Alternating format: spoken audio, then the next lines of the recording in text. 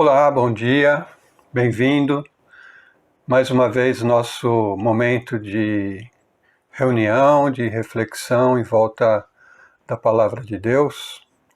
Somos gratos a Deus por mais esse dia de vida, por mais essa manhã que Ele nos dá, pela sua bondade e misericórdia. Nós estamos nos reunindo nesse momento,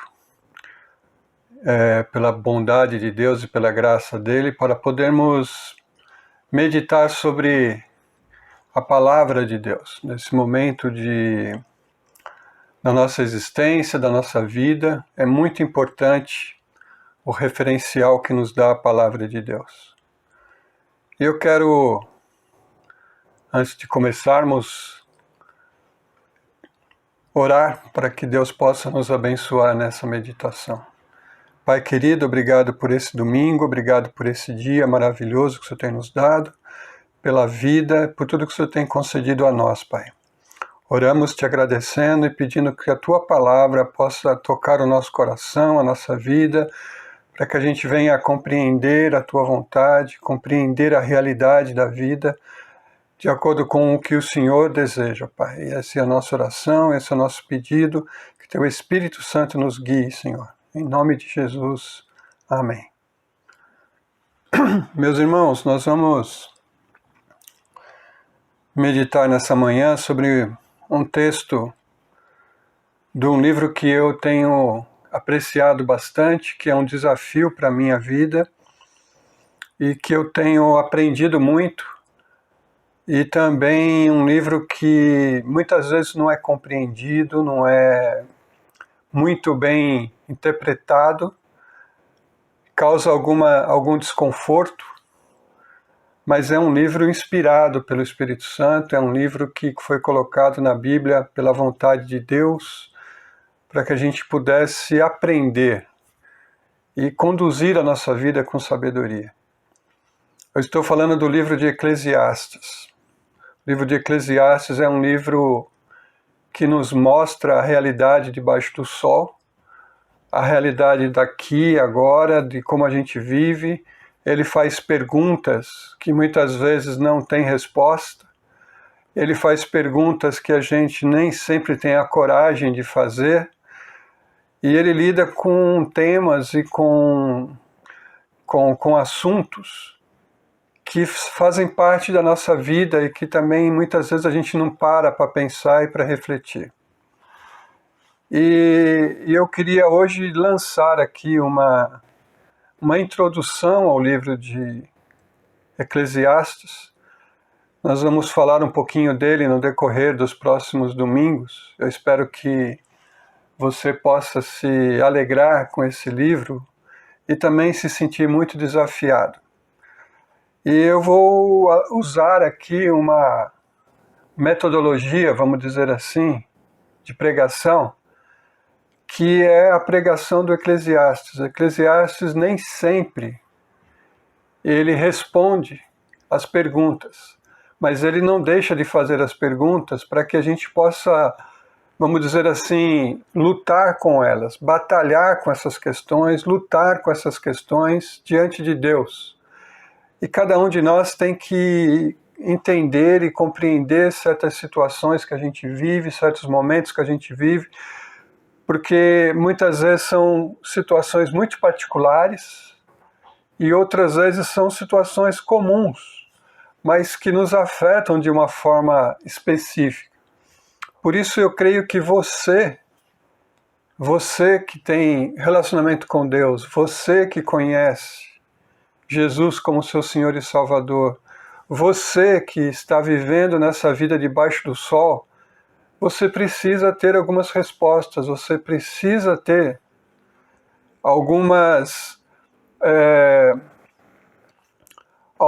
encontrar os sentidos e lutar com alguns temas para que a sua fé cresça, para que você cresça também pessoalmente.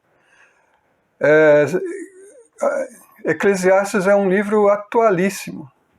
Ele possivelmente foi escrito em 800 a.C., alguns falam em 600 ou 300 a.C.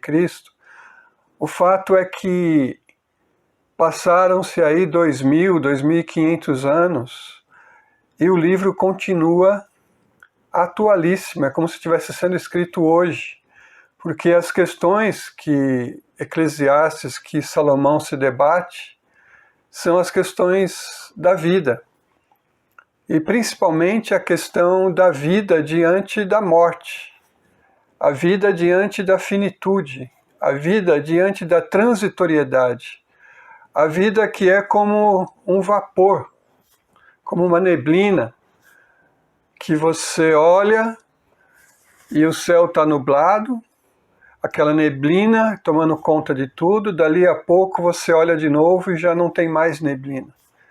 É assim que a vida humana é retratada na Bíblia. Ela é um fio de prata muito fino que se rompe. Por isso é preciso zelo, cuidado com a vida, porque temos que tratar a vida com o bem mais valioso que nós temos. Então, Eclesiastes nos chama para uma reflexão sobre a vida, mas tendo em vista que o nosso tempo é curto, que o nosso tempo é limitado. Então parece que Eclesiastes quer nos ensinar sobre a vida olhando para a eternidade. É isso que nós vamos ver então hoje, e eu convido você a abrir a sua Bíblia em Eclesiastes capítulo 1, e nós vamos ler o verso de 1 a 11, que é uma introdução do tema, e um desafio para todos nós. Tá bem? Então, pode abrir a sua Bíblia. E o tema que eu coloquei aqui da nossa mensagem é que a vida sem Deus não faz sentido. Né? Viver a vida sem Deus é o que vai acontecer com olhar a vida debaixo do sol e ver todas as coisas que acontecem sem ter um referencial absoluto, um referencial que lança luz sobre a realidade e lança luz sobre o futuro. Então o texto de Eclesiastes começa dizendo o seguinte, eu vou ler o texto na nova versão transformadora, né, NVT, que diz o seguinte, estas são as palavras do mestre, filho de Davi, que reinou em Jerusalém. Nada faz sentido, diz o mestre. Nada faz o menor sentido. O que as pessoas ganham com todo o seu árduo trabalho debaixo do sol? Esses primeiros 3 versos, eles são fundamentais para a gente entender o livro. Principalmente 2 palavras que vão surgir aqui, que é a palavra vaidade, em algumas traduções é vaidade, na NVI é inutilidade, e aqui é traduzido como nada faz sentido, nada faz o menor sentido. É a palavra hebraica rebel, que tem um significado muitas vezes um significado ou uma interpretação diferente em alguns contextos. Mas ela significa sopro, hálito de ar. Ela significa, às vezes, vapor ou fumaça. Né? Então é essa névoa que você vê, daí a pouco desaparece. Então, figuradamente, significa dizer que nada faz sentido, significa dizer que a vida está repleta de situações às quais o sábio, o filósofo teólogo, não tem resposta. Então, muitas vezes a gente se depara diante da vida com situações que, às vezes, no Eclesiastes, ele vai dizer que é absurdo. Isso é um absurdo. Isso não tem explicação.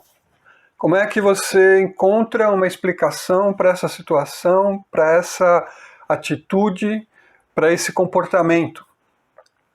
Por isso a vida ela é é difícil. E muitas vezes a gente não consegue penetrar nas questões porque a gente não tem recursos para isso. A gente não tem condições de entender e de compreender completamente o que está acontecendo. Então, é isso que Eclesiastes chama a nossa atenção. Então, eu peço que você acompanhe comigo aqui uma definição que eu acho muito importante. Essa palavra, né? Ela enfatiza que a vida está cheia de situações além da nossa capacidade de entender ou controlar completamente, e que as pessoas não conseguem descobrir o que dá sentido à vida. Então, quando a gente olha para a vida, para os acontecimentos, para as coisas que estão acontecendo hoje, por exemplo, se você não tiver um referencial, se você não tiver uma luz que vem, né, do Criador, que vem do ser divino, de Deus, que controla todas as coisas, que sabe de todas as coisas, então a gente fica completamente no escuro. E aí a vida passa a não ter sentido. Que sentido faz quando você olha, por exemplo, vamos pegar uma situação que aconteceu, que tem acontecido, né, nesses meses. Por exemplo, o que aconteceu nos Estados Unidos, em que um policial se ajoelhou no pescoço, né, de um homem e ficou ali, parece que fazendo pose para a câmera. E isso resultou na morte daquele homem. E você diz, mas que explicação tem isso? Talvez você possa dizer, é racismo, mas isso não explica tudo.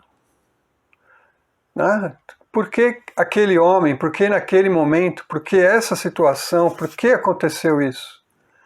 O que levou aquela pessoa, aquele militar, aquele policial a fazer o que ele fez? Você diz, isso é um absurdo. Não deveria acontecer, não tem justificativa para isso. Você pode explicar, mas não tem justificativa.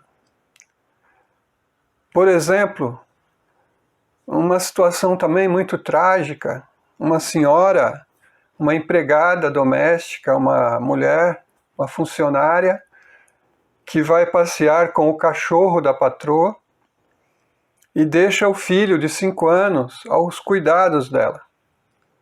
E quando ela retorna, ela tem a trágica cena de ver o filho no chão, que caiu do 9º andar, ainda tentando respirar, ele é socorrido, mas não resiste.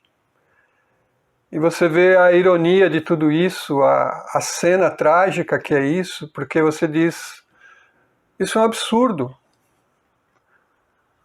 A pessoa confia o seu filho a uma pessoa, a uma mulher, e ela vai cuidar do cachorrinho. E a mulher não cuida do filho dela. Ela cuida do cachorro, mas a dona do cachorro não cuida do filho. Então, você diz, como é que se explica isso? Em outras palavras, a gente pode perguntar, será que Deus não estava vendo? Deus não podia guardar essa criança? Deus não podia guardar aquele homem ali que foi morto ou que foi sufocado asfixiado, né? Pelo policial? A gente olha para a vida e vê muitas coisas assim que a gente não tem muito como explicar. Por mais que a gente queira, a gente não consegue ir no fundo da questão. Então, essa é uma palavra-chave aqui de Eclesiastes, que às vezes é traduzida como vaidade, vaidade de vaidades, outras vezes é traduzida como inutilidade, Mas eu gosto muito dessa palavra, que eu acho que é a que faz mais sentido, é que certas coisas na vida não faz o menor sentido. E Eclesiastes vai colocar vários exemplos de coisas que não faz sentido. E você precisa ter uma fé, você precisa ter o conhecimento do Deus da Bíblia para você poder lidar com essas questões. Mas ainda assim são questões difíceis.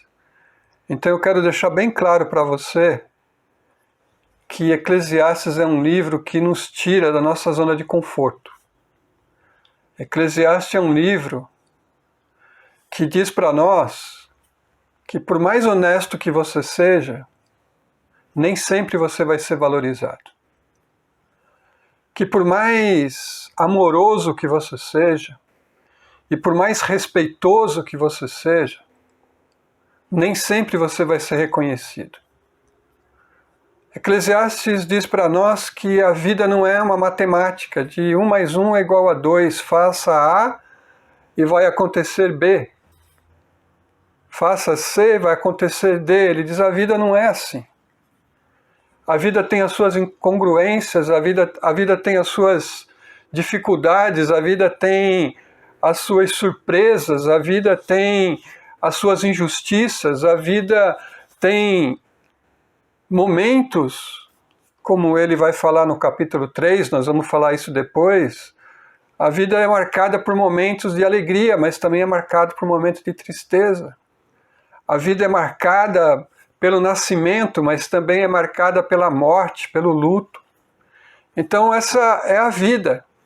E a gente quer colocar a vida numa caixinha, a gente quer colocar a vida num esquema, porque isso nos traz certa segurança, porque nós estamos no controle das coisas, nós estamos no controle da vida, nós sabemos o que fazemos. Com a ajuda da ciência, da pesquisa, da administração boa, com a ajuda da educação, com a ajuda de tudo aquilo que a gente cria, a gente acha que vai controlar a vida, ou que a gente vai controlar as circunstâncias. E Eclesiastes nos chama para uma realidade difícil. É a realidade de que há muita coisa sem sentido. Então, outra palavra, outra expressão também, que ele vai usar aqui, que é o verso 3, que é a pergunta que ele vai procurar responder no livro todo, que é a tese dele. O que as pessoas ganham com todo o seu árduo trabalho debaixo do sol? O que a gente ganha com tudo que a gente faz aqui? Como eu disse, muita gente diz, se você planta amor, você colhe amor. É verdade, mas nem sempre. Se você planta injustiça, você colhe injustiça? Sim, mas nem sempre. Muita gente injusta está tendo sucesso na vida, muita gente desonesta está tendo sucesso, muita gente corrupta está tendo sucesso. E muita gente honesta está passando dificuldade. Muita gente correta está passando dificuldade. Então, a vida não é essa regra de planta e colhe. Haverá um momento da colheita, mas nem sempre vai ser aqui. Nem sempre vai ser nessa vida. Há muitas injustiças que acontecem que são frutos de ações absurdas. Então ele pergunta, o que ganhamos? A vida tem algum significado? Olhando para a vida, não parece que você está correndo numa esteira? Você corre, corre, corre, corre, e quando você para, parece que você não saiu do lugar. Parece até que você andou para trás. Muita gente hoje está se vendo assim. O patrimônio está sendo dilapidado, o patrimônio é líquido, ele tá escorrendo pelas mãos, você quer segurar, mas não tem condições de segurar. Por isso ele diz, o que a gente ganha? Ele está olhando para a vida de uma forma muito realista, e está olhando para a vida debaixo do sol, para a vida que acontece aqui, agora. Se a gente tivesse só essa perspectiva da vida, como é que a gente se comportaria diante dos absurdos? E ele continua dizendo o seguinte: gerações vêm e gerações vão, mas a terra permanece a mesma. O sol nasce, o sol se põe, e logo retorna a seu lugar para nascer outra vez. O vento sopra para o sul, depois para o norte, dá voltas e mais voltas, soprando em círculos. Ele está falando aqui dessa questão que eu queria destacar para você, a situação transitória da vida em contraste com a permanência da Terra. Eu coloquei aí a foto do Monte Everest e eu fiquei pensando, gerações vêm e gerações vão. E daqui 100 anos, ou daqui 110 anos, 7 bilhões de pessoas não estarão mais aqui. A população do planeta será totalmente renovada. Totalmente renovada. Imagina que todas essas pessoas que estão aqui hoje, lidando com as suas dificuldades, com as suas vidas, com seus problemas, com seus desafios, agindo como estão agindo, fazendo o que estão fazendo, não vão estar mais aqui. Passou, já foram embora. Mas o Monte Everest vai continuar lá. Então, a gente olha para a montanha e ele diz o sol. Isso aqui também, ele vai falar que há um ciclo de atividades repetitivas. O sol nasce, o sol se põe, e logo retorna a seu lugar para nascer outra vez, fadigado. Ele se põe, ele nasce, ele se põe, ele nasce, e é um ciclo. E parece que não tem não sai disso. Ele fala que o vento, ainda que o vento parece que é mais livre, o vento está solto, mas ele diz, olha, o vento vai para um lado, vai para o outro, e ele vai ficando em círculo, ele não sai daquilo. Aí ele continua falando, os rios correm para o mar, mas ele nunca se enche. A água retorna aos rios e corre novamente para o mar. Tudo é tão cansativo que não há como descrever.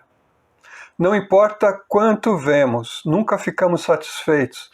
Não importa quanto ouvimos, nunca nos contentamos. Mais uma vez ele fala aqui, né, vamos chamar assim, desse ciclo, dessa monotonia, que não resulta em nada diferente. Os rios correm para o mar, mas ele nunca se enche. A água retorna aos rios e corre novamente para o mar. Desse ciclo natural e enfadonho da natureza e da vida. A rotina da vida tem certo enfado, é cansativa. Sempre a mesma coisa, acordando cedo, indo para o trabalho, voltando, descansando, comendo, se alimentando, voltando para o trabalho, dormindo. Há uma rotina. E a gente não encontra satisfação. Ele diz aqui, não importa o que vemos, nunca ficamos satisfeitos. Não importa quanto ouvimos, nunca nos contentamos. Sempre queremos ver mais, sempre queremos ouvir mais, sempre queremos mais, mais e mais. E ainda assim, não nos contentamos. Não há contentamento pleno nessa vida. É isso que o pensador Salomão diz. E ele diz, a história simplesmente se repete. O sol se repete, o vento se repete, o rio correndo para o mar se repete. As coisas que a gente ouve, que a gente escuta, muitas vezes são repetitivas, mas a gente quer continuar ouvindo. Aquilo que a gente vê é um ciclo de repetições, mas a gente quer continuar vendo. E ele diz, a história simplesmente se repete, o que foi feito antes será feito outra vez.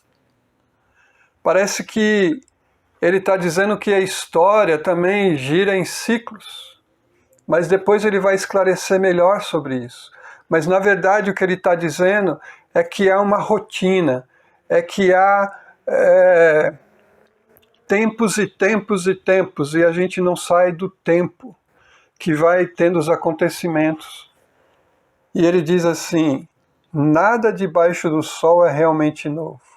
Aqui tem uma outra expressão para a gente parar.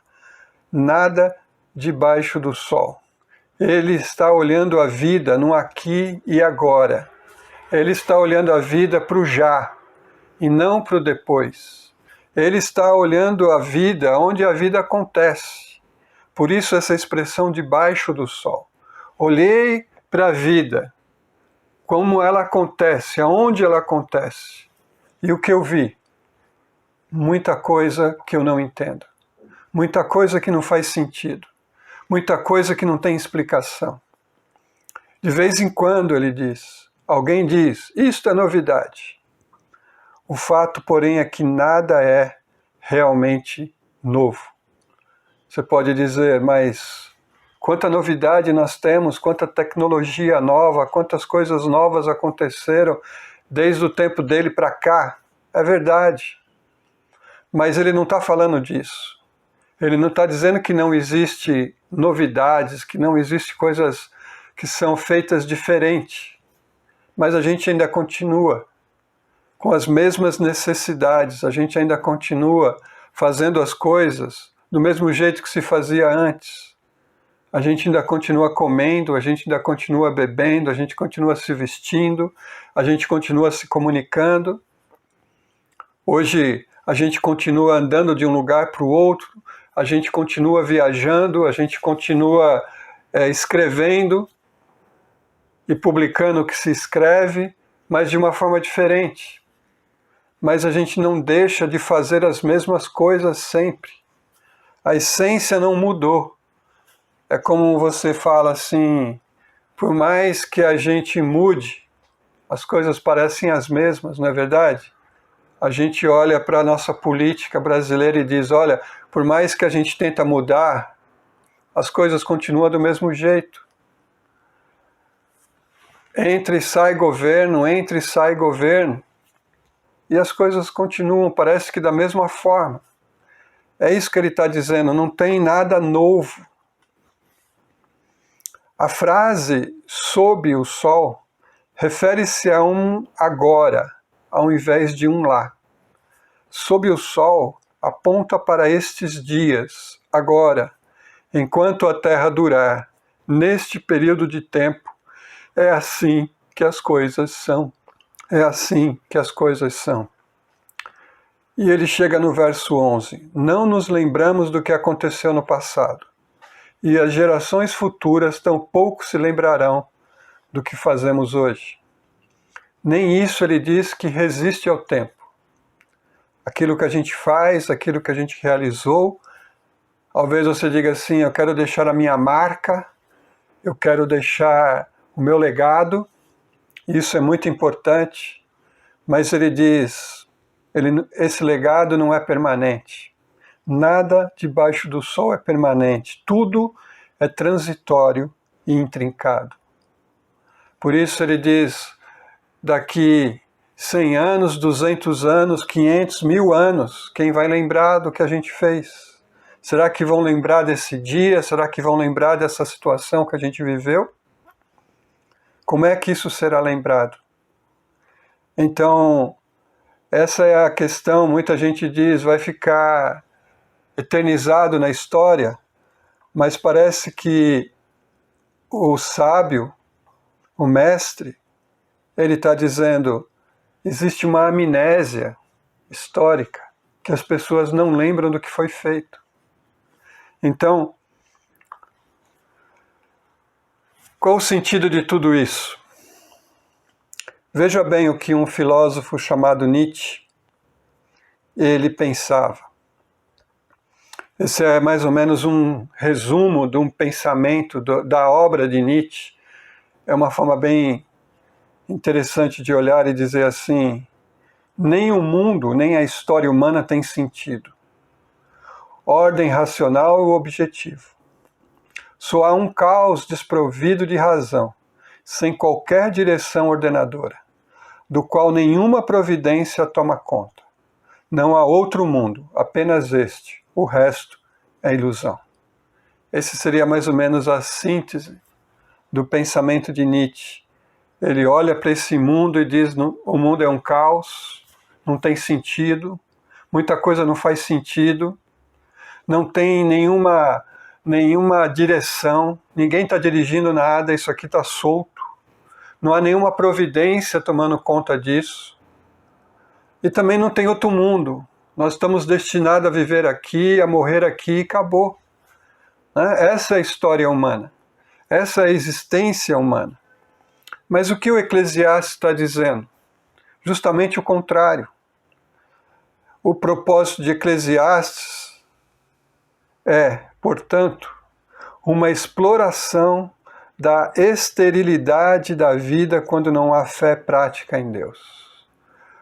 Apesar de parecer um livro pessimista, cético, Eclesiastes faz justamente o contrário.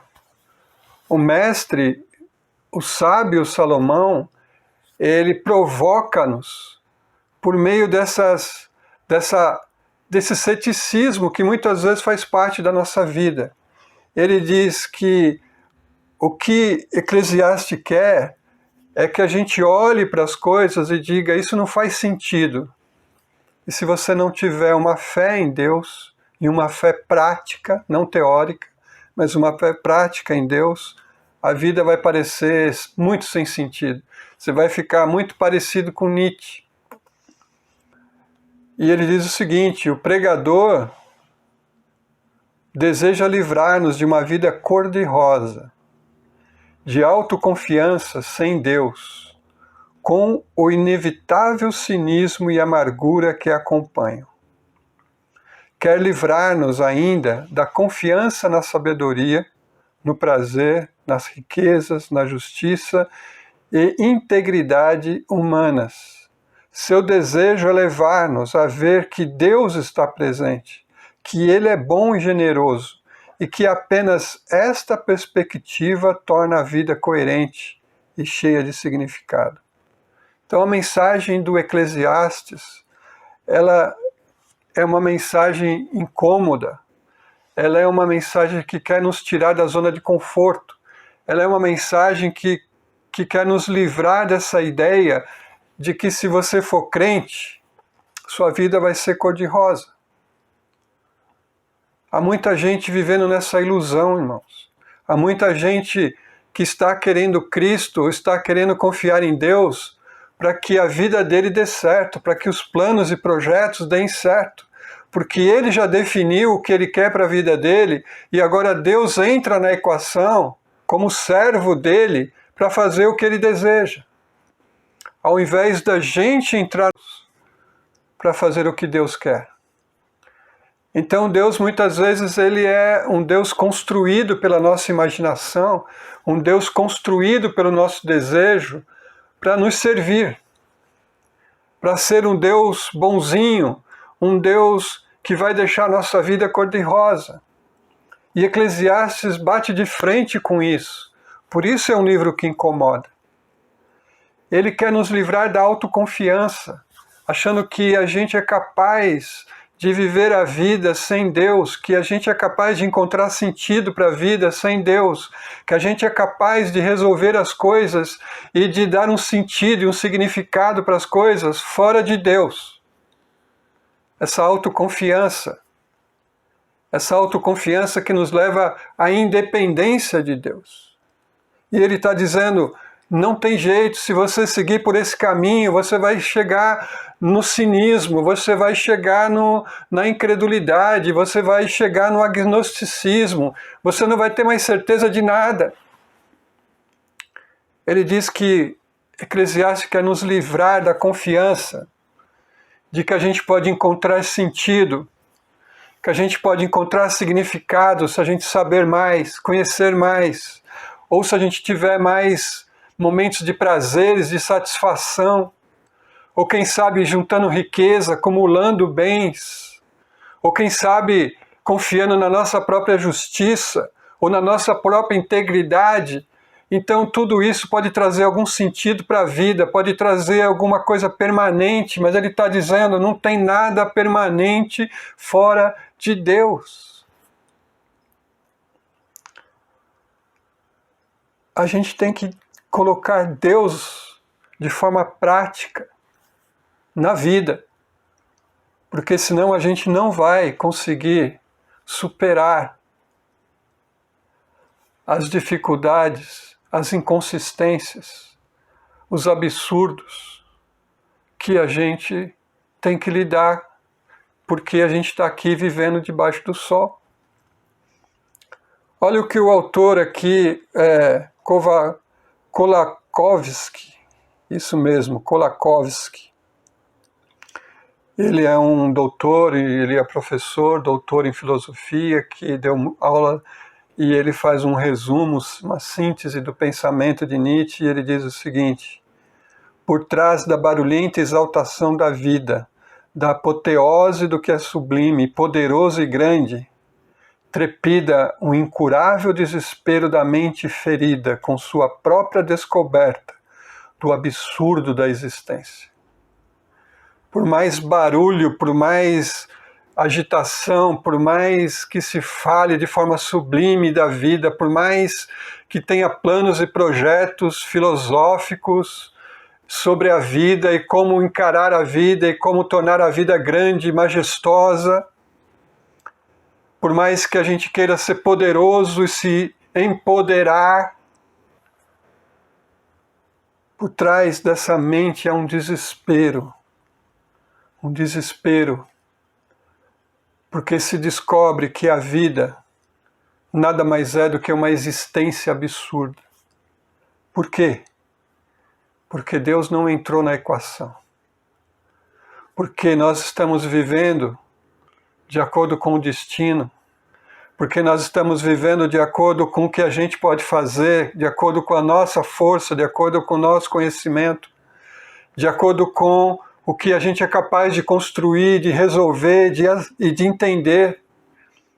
Mas é justamente isso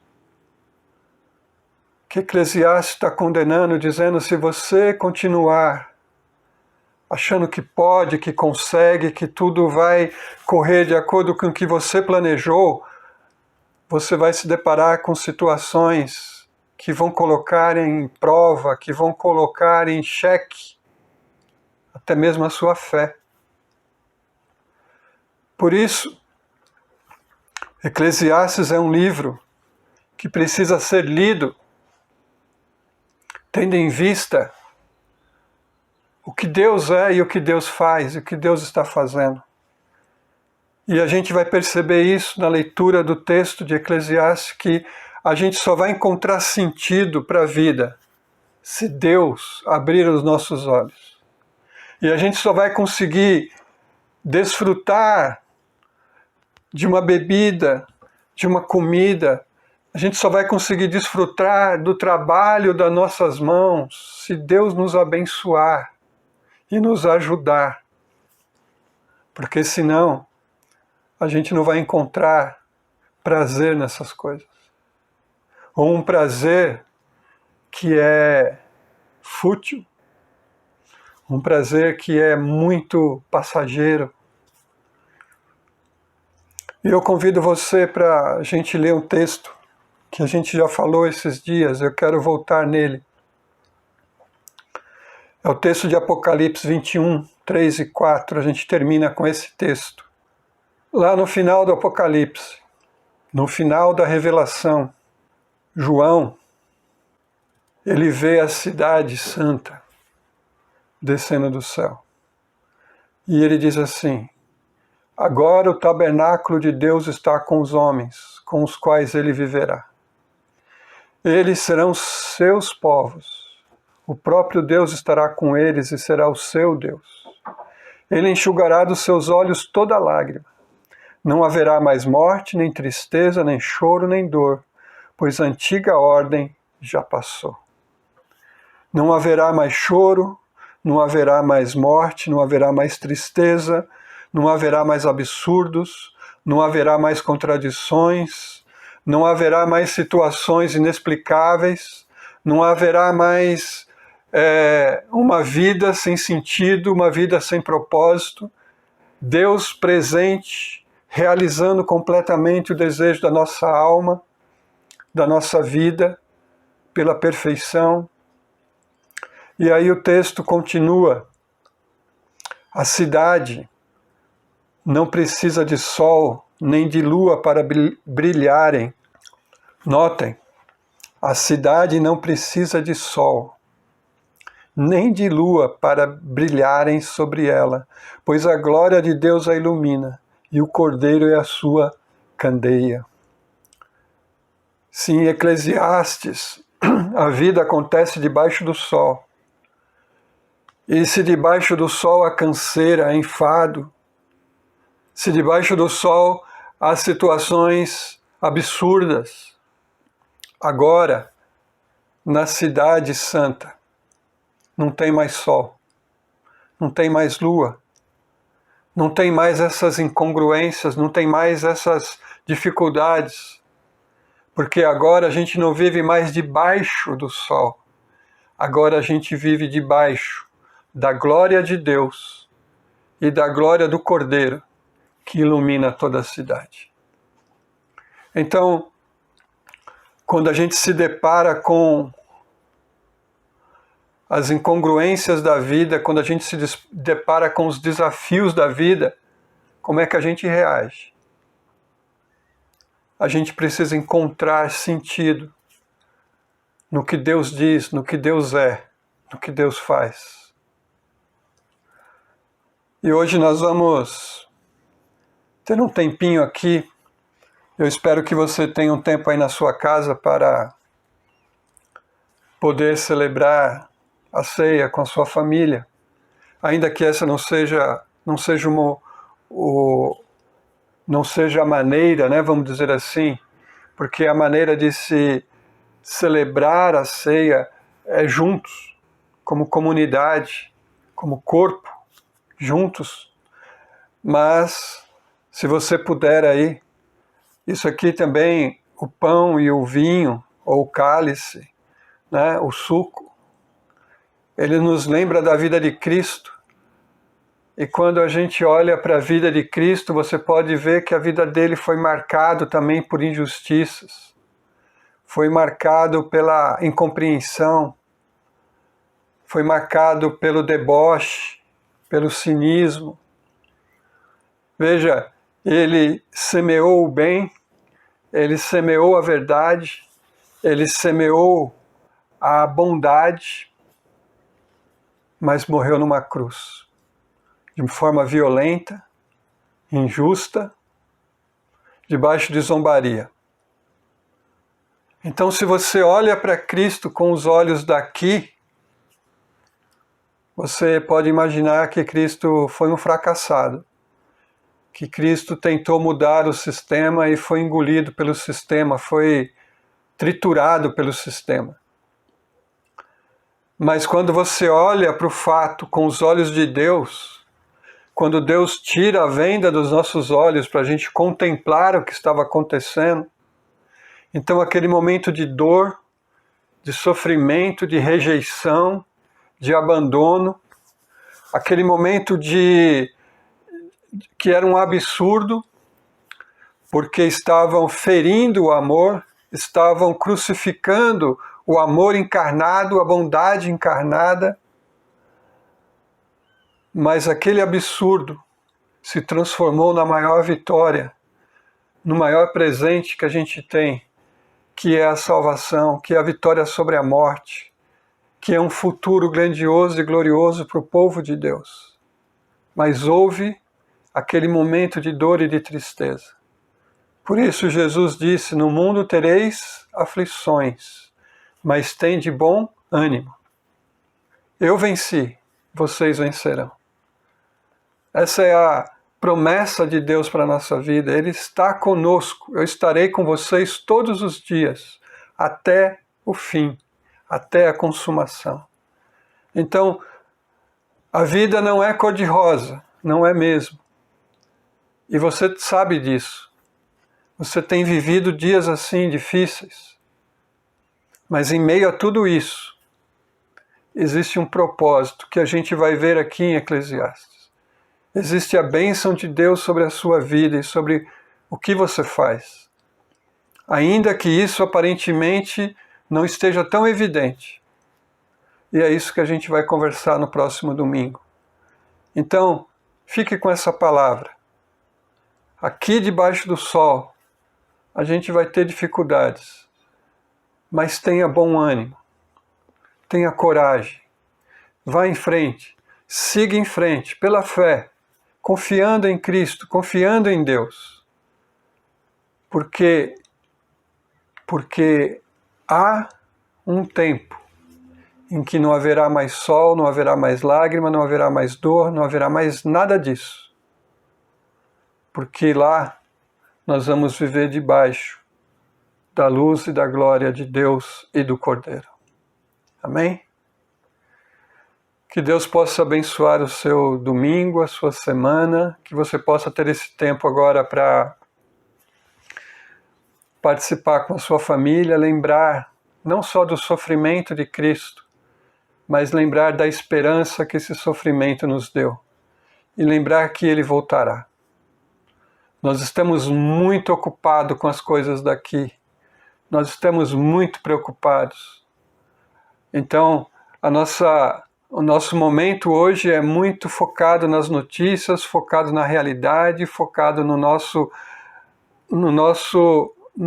nossa condição de vida aqui. E isso é certo, mas não podemos esquecer jamais de que há um Deus que dá sentido, que dá rumo para a vida. Amém?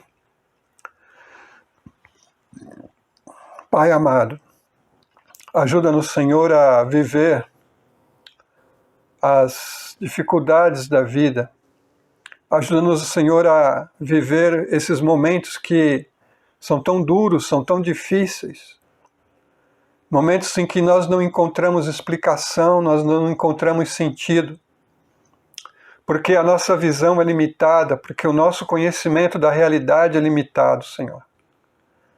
Mas que nesses momentos tão difíceis a gente continue colocando a nossa fé, a nossa expectativa e a nossa confiança no Senhor.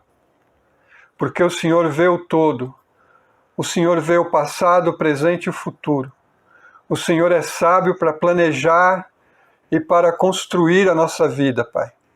Por isso eu te peço, nos dê ânimo, nos dê coragem. Nos ajuda, Senhor, a perseverar na Tua palavra, Pai. Ainda que a gente não encontre explicações, mas a gente sabe no Deus que a gente crê. A gente conhece o Deus que a gente crê. Eu te peço isso, Pai. E oro para que o Senhor traga sobre cada família a Tua bênção. Que o Senhor possa também, Pai, proteger, guardar, livrar de todo mal, Pai. Oramos também para que haja comunhão nas casas, Pai. Para que haja harmonia. Para que haja, Senhor, a Tua presença agindo nos corações, Pai. Eu oro para que o Senhor possa trazer conforto, consolo, àqueles que estão sofrendo, Pai. Aqueles que estão vivendo perdas. E também, Pai, que o Senhor possa trazer refrigério e também respostas, se é o caso, para aquelas pessoas que estão vivendo diante do absurdo, diante de injustiça, Senhor, diante de situações que parecem inexplicáveis, mas que só o Senhor pode ajudar. Pedimos isso, Pai, e oramos. Continuamos orando pela nossa nação, pelo nosso país, que o Senhor dê, Pai, a esses governantes sabedoria, humildade, que eles possam, Deus, tirar um pouco o foco de si mesmos e olhar para as necessidades das pessoas, Pai, que estão vivendo situações críticas. Pedimos isso, Pai, em nome de Jesus. E oramos, Deus, para que a comunhão, o pão e o cálice, Pai, possa estar presente na família dos nossos queridos, Deus. E que esse possa ser um momento especial na vida deles, com a Tua presença, a presença do Teu Espírito. Em nome de Jesus, amém. Obrigado pela Tua companhia, obrigado por seguir conosco aqui meditando na Palavra de Deus. No próximo domingo nós continuaremos falando sobre o Eclesiastes, e aí hoje foi só uma introdução ao assunto, foi só algumas bases que a gente está colocando aqui, porque o Eclesiastes, o mestre aqui, ele faz perguntas, mas ele não responde naquele horário, naquele momento. Ele responde mais para frente. E é isso que a gente vai ver, tá bom? Deus te abençoe, fique na paz de Jesus, tenha uma excelente semana, protegido e guardado pelo Senhor da história. Que Deus te abençoe.